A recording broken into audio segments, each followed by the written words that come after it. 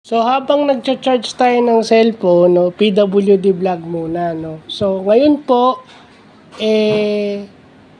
pina-schedule po namin ni PWD Advocate si Vanessa PWD PRO Vanessa Atienza sa City Hall.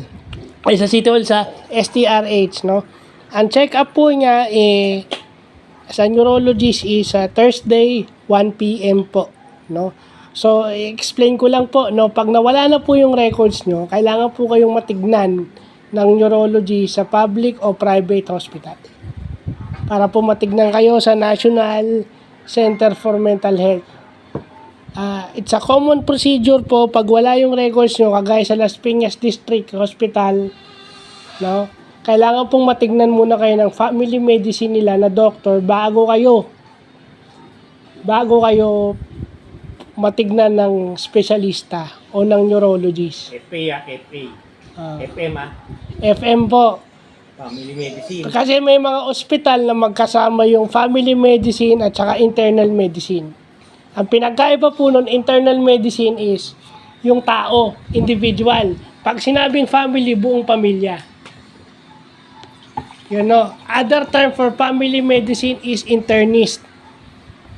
Minsan dalawa ang major niyan, si Dr. Willie Ong. Kung kilala yung si Dr. Willie Ong, siya yung kilalang yung ano ngayon, si Doc Willie Ong at saka si Doc Lisa Ong, sila po internist at cardiologist.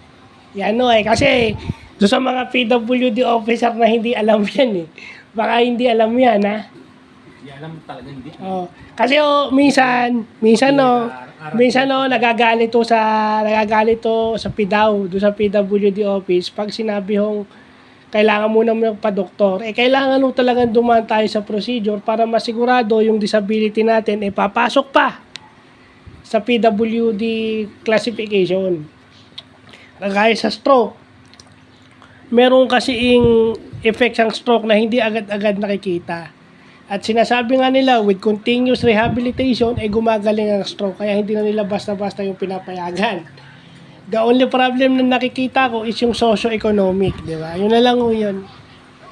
So, pina-schedule lang po namin si Vanessa Atienza, si PRO namin.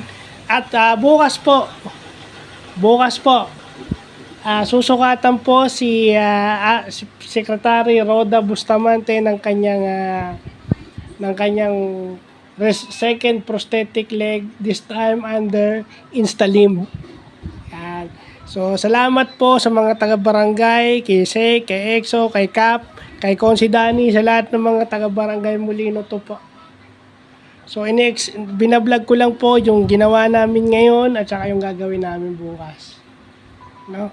Kung makikita nyo tong post ni Advocate, galing po kami ng STRH. At yung nakita nyo tumutungga ako ng Sting, ako po'y dumaan kay PRO Vanessa Atienza. So, yun lang pa.